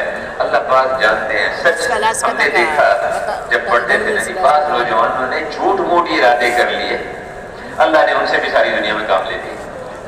جیب میں ایک پھوٹی کوڑی نہیں، اللہ ساری دنیا میں ان سے کام لیتے ہیں۔ آپ حضرات عزم کریں، طے کریں، آپ حضرات اپنی جیبوں کو نہیں دیکھنا، اللہ کے خزانوں کو دیکھنا، اللہ راستہ بنائے۔ ساری دنیا میں جانے کی نیت ہے نا جی سب کی۔ اب اگلا کام کیا کرنا ہے؟ اس کے لیے ہمت کر کے جب پڑھائی سے فارغ ہو جائے تو 4 مہینے لگانے، اور اس وقت تک سال کا چلہ دیتے رہے، مہینے کے 3 دن دیتے رہے جیسے پہلے درخواست کی ہے، اور دونوں گشت اور روزانہ کا 1 گھنٹہ کام کے لیے دیتے ہیں۔ تو ایسے طلبا جو یہاں بیٹھے ہوئے ہیں پڑھائی سے اچھے، دیکھو جیسے آپ نے ادب سے بات سنی، طلب سے محبت سے بات سنی، 2 3 منٹ کی باتیں 4 منٹ کی، بس اسی طرح بیٹھے رہے، بس مسلسل جو ساتھی ایسے ہیں کہ پڑھائی سے فارغ ہو گئے ہیں، اب آگے انہوں نے جاب وغیرہ اس میں جانا ہے، تو اس سے پہلے 4 مہینے کے لیے تیار ہوں۔ ایسے نوجوان سب کھڑے ہو جائیں 4 مہینے کے لیے، جو 4 مہینے کے لیے تیار ہو، سب کھڑے ہو جائیں اپنی جگہ، سب کھڑے ہو جائیں ماشاءاللہ۔ ہمت کر کے ہمت مدد خدا، قربان قمر کیوں ڈرتا ہے، پھر دیکھ خدا کیا کرتا ہے۔ ماشاءاللہ جو پڑھائی سے فارغ ہو گئے 4 مہینے پڑھائیے، اور بھائی کھڑے ہو جائے ماشاءاللہ، ہمت فرمائیں 4 مہینے۔ یہ زندگیوں کے سودے ہیں، اللہ کے ساتھ معاملہ کر لیں۔ عجیب بات آتی ہے قیامت کے دن اللہ کے عرش کے سائے میں ہوگا وہ نوجوان جو جوانی میں اللہ کی عبادت کرتا ہو اور اس میں کوئی اور سایہ نہیں ہو۔ جو نوجوان جوانی میں دین پہ چلنا شروع کرے اور بوڑھا ہو جائے، اللہ پاک اس کو 70 صدیقین کے برابر اجر دیں گے، 70 صدیقین کے برابر۔ جو جوانی میں یہ موقع ہے زندگیوں کے بدلنے کا، اللہ پاک 70 صدیقین کا اجر دے دیں گے۔ چھوٹی بات ہے، نبوت کے بعد سب سے اونچا مقام صدیق کا ہوتا ہے، نبی کے بعد سب سے اونچا۔ ہاں زندگیاں بدلنے کی نیت کریں، اور اپنی بھی بدلنی، ساری دنیا کے انسانوں کی بدلنی ہے، سارے عالم کی بدلنی ہے ماشاءاللہ۔ یہ سب بھائی تشریف رکھیں۔ آپ اپنے حلقوں میں جا کے اپنے نام لکھا کے مسجد کی جماعتوں کو ان کے ذریعے سے آگے، ایسے جن بھائیوں کی ابھی وہ نقد نہیں ہے، ایسے وہ سب بھائی جو انشاءاللہ پڑھائی سے فارغ ہو کے 4 مہینے کے لیے انشاءاللہ تیار ہو گے، وہ بھی ذرا سے پاس کھڑا کر دو ایسے بھائی کو ماشاءاللہ۔ اچھا، اور جن کی چھٹیاں تھوڑی ہے، آج کل چھٹیاں آج کل ایسے ہی جلدی ملتی رہتی ہیں، کبھی سردی میں کبھی گرمی میں، تو ایسے بھائی جن کی چھٹیاں ہیں آج کل پڑھائی کا کیونکہ نظام اسپیشل سسٹم کی وجہ سے کبھی اس مہینے چھٹی کبھی، تو جن کی چھٹیاں ہیں اور 40 دن وہ لگا سکتے ہیں، وہ بھائی کھڑے ہو کے فرما دیں کہ 40 دن کے لیے نقد تیار ہے، وہ بھی بتا دیں جن کی چھٹیاں ہیں اور 40 دن کے لیے تیار ہے، 40 دن کے لیے 40 دن کے لیے 40 دن کے لیے 40 دن کے لیے 40 دن کے لیے پڑھائی چھوڑ کے دی، پڑھائی چھوڑ کے دی، والدین کی بھی خدمت کر دی، ماں باپ کا بھی خیال کرنا ہے، 40 دن ماشاءاللہ، یہ بھی تشریف رکھیں۔ اور اتنا طے کر لے کہ انشاءاللہ ہر مہینے 3 دن لگایا کریں گے، ہر مہینے 3 دن مسجد کی جماعت کے ساتھ، سب تیار ہیں اس کے لیے؟ بہت اچھے۔ اور راتوں کو اللہ سے مانگے، لیکن رات کو آدھا گھنٹہ 15 منٹ 20 منٹ دعا میں ضرور لگایا کریں۔ یہ جو نا کہ رات صبح آنکھ نہیں کھلتی، آنکھ کیوں نہیں کھلتی؟ مسئلہ آنکھ کھلنے کا نہیں، مسئلہ آنکھ کے بند ہونے کا ہے۔ رات کو دیر سے سونا یہ نقصان دیتا ہے۔ حدیث شریف میں آتا ہے کہ اللہ نے صبح کے وقت میں برکت رکھی، اس امت کی صبح کے وقت میں برکت رکھی ہے۔ وہ آپ بھی ایک قصہ چھوٹا سا سنا دیتا ہوں، پھر دعا کر لیتے ہیں۔ ہم کالج میں پڑھتے تھے تو ہمارے کئی طرح خاموش ہو جائے، ہمارے وہ ایک کالج میں ایک محفل سبھا، اس کے اندر ایک چھوٹا اردو تھا، ایک بڑا اردو تھا. ہاں تو چھوٹے اردو نے پوچھا کہ امی لوگوں نے الو کو کہتے ہیں، سب لوگوں نے الو کہتے ہیں. کیونکہ بیٹا اصل میں بات یہ ہے کہ ہم لوگ ساری رات جاگتے رہتے ہیں، لوگوں نے الو کہتے ہیں. تو اس میں اس نے کہا کہ ہم جو فوجیوں کے لڑکے ہوتے ہیں یہ بھی تو ساری رات جاگتے ہیں. باقی آپ کو سمجھدار ہو ٹھیک ہے. تو کیا خیال ہے آپ بتاتے ہیں؟ دیکھو صبح جلدی اٹھیں اور رات کو جلدی سو جائیں. دیکھو صبح ضرور یعنی آپ بجے سے پہلے اٹھتے ہیں، تہجد میں اٹھے 2-4 رکعت پڑھیں، اللہ سے دعا مانگے، صبح پڑھیں جو کچھ کالج میں پڑھنا ہے، اور جا کے کالج میں توجہ سے دھیان سے پڑھیں، واپس آ کے گھنٹہ نکال کے انشاءاللہ اسی میں آپ کو یاد ہو جائے گا. اور رات کو جلدی سونا. عشاء کے بعد ہمارے ایسا فرماتے تھے کہ نیند اتنی بڑی اللہ کی نعمت ہے کہ اس کو سوائے دین کے تقاضے کے، ہاں گشت کا اور ملاقات کا تقاضا تو اور بات ہے، اس کے علاوہ اور کسی چیز پہ اس کو ضائع نہیں کرنا چاہیے. نیند اللہ کی بڑی نعمت ہے. رات کو جلدی سونا، صبح جلدی خیال فرمائیں گے اور انشاءاللہ اللہ سے دعائیں تہجد کے وقت میں دعائیں قبول ہوتی ہیں. اعلان ہوتا ہے کوئی مانگنے والا جس کو عطا کرے، کوئی توبہ کرنے والا جس کی توبہ قبول کرے، کوئی سوال کرنے والا جس کو ساتھ پورا کرے. تو اہتمام کریں گے نا جی، نفل نمازوں کا بھی، تہجد کا، چاشت کا، اشراق کا، جتنا ہو سکے اس کا بھی ہم نے اہتمام کرنا ہے اور اوروں کو بھی اس پہ لانا ہے. آپ کے کراچی میں تو لاکھوں طلبہ ہیں، یہاں چند ہزار آئے ہیں. اگلے اجتماع پہ کوشش کرنی ہے سارے طلبہ یہاں اس کے